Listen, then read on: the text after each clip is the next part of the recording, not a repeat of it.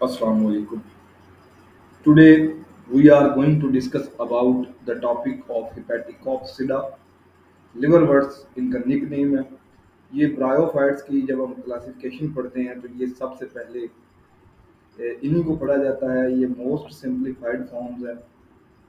तो ये इनका लाइफ साइकिल भी आज हम डिस्कस करेंगे। जनरल सा एक टॉपिक है। इसको हेपेटिकॉक्सिडा या इसे हेपेटोफाइटा भी कहा जाता है। दोनों इसके नाम हैं।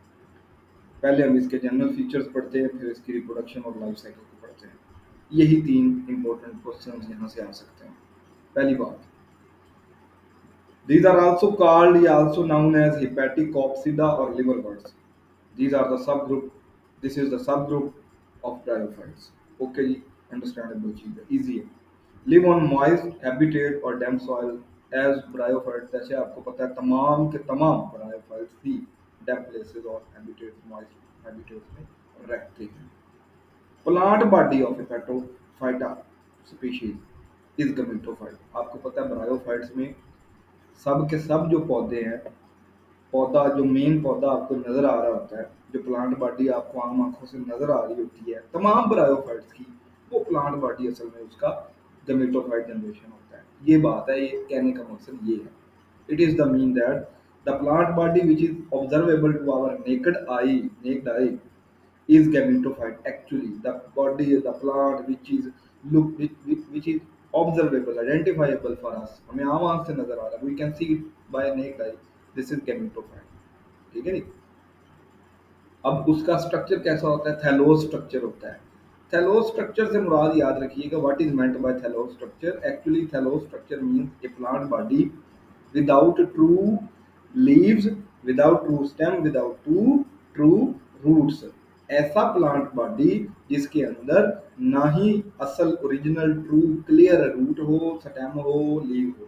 ये तीन चीजें क्लियर और ट्रू वाली ना हो, मतलब इनके जैसे स्ट्रक्चर हो, रूट लाइक स्ट्रक्चर हो, स्टेम लाइक स्ट्रक्चर हो, लीव लाइक स्ट्रक्चर हो, बट एक्चुअली लीव और स्टेम और रूट ना मौजूद हो। उस ऑर्गेनाइजेशन को, उस बॉडी को, उस प्लांट को थैलोस स्ट्रक्चर कहते हैं।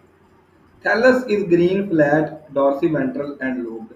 छोटे छोटे लॉब्स होते हैं, डॉर्सी वेंट्रल होता है, मतलब डॉर्सल और वेंट्रल साइड्स होती हैं पौधे की। पौधे की से मुराद थैलस की, जो थैलस पार्ट है, यानी जो आम ग्रीन है, जो हमें नजर आ रहा है सबज सा। फ्लैट होता है, छोटा सा ही होता है, इतनी इसकी खैर इतनी होती है। डाइकोटमसली ब्रांच्ड होता है। अपीयरेंस अगर आप देखते हैं, अंदर से आपको ब्रांचेज नजर आएंगी, ज्यादा गौर से देखेंगे और वो ब्रांचेज आपको कैसी होंगी? डाइकोटमस नजर आएंगी। Presence of airports. इसके अंदर थोड़े बहुत एयरपोर्ट्स होते हैं, हम आइडेंटिफाई करेंगे, उनकी मौजूदगी होती है। बड़े कुछ स्पीशीज के अंदर उनकी तादाद ज़्यादा भी होती है, कुछ में कम भी होती है। एयरपोर्ट्स मीन ये गैसेस एक्सचेंजेस के लिए कुछ यहाँ पर मटेरियल होते हैं, पोर्स होते हैं। Two region in thallus, assimilatory and storage region. दो तरह के रीजन बॉडी जब इंटरनली हम देखते हैं ना, जिसे एनाटॉमिकल पॉइंट ऑफ व्यू कहते हैं, तो उसमें एनाटॉमी में दो तरह की आपको बॉडी के रीजन नजर आएंगे। एक एसिमिलेटरी रीजन है जहाँ फोटोसिंथेसिस होनी है, बहुत सारे मेसोफिल सेल्स मौजूद हैं, और फिर एक स्टोरेज रीजन है जहाँ उस फोटोसिंथेसिस की प्रोडक्ट्स में स्टोर हो जाना है। ये दो आपको इसके बॉडी के इंटरनल, ये मैं एनाटॉमी डिस्कस कर रहा हूँ। और ये प्रेजेंस ऑफ एयर फोर्स भी एक एनाटॉमिकल फीचर है, इसकी एनाटॉमी की एक फीचर है, एनाटॉमिकल फीचर है। और ये भी है presence of assimilatory and storage regions भी थैलस के अंदर, ये भी उसकी एक एनाटॉमिकल फीचर है। नेक्स्ट वन जी, रिप्रोडक्शन इसमें वेजिटेटिव भी होती है, एसेक्सुअल भी होती है, सेक्सुअल भी होती है, तीनों रिप्रोडक्शन होती हैं। वेजिटेटिव रिप्रोडक्शन कैसे होती है? गैमाई फॉर्मेशन के जरिए होती है, ये हम देख रहे हैं, गैमाई फॉर्मेशन के जरिए होती है, या फिर ट्यूब फॉर्मेशन के जरिए भी कुछ स्पीशीज में होती है। ट्यूब फॉर्मेशन वाली स्पीशीज का कम है। Two types of sex organs are present on gametophyte thallus. आपको पता है मेल सेक्स ऑर्गन जिसे एंथ्रीडिया कहते हैं, और आर्चिगोनिया फीमेल वाला, ये वाला आर्चिगोनिया फीमेल। अच्छा, उसके बाद मेल सेक्स ऑर्गन जो है एंथ्रीडिया और आर्चिगोनिया।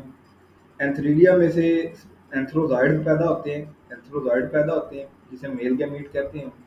और आर्चिगोनिया में से क्या पैदा होता है? फीमेल गैमीट, जिसे हम क्या कहते हैं? फीमेल गैमीट को हम एग भी कह देते हैं, ओस्पियर भी कह देते हैं।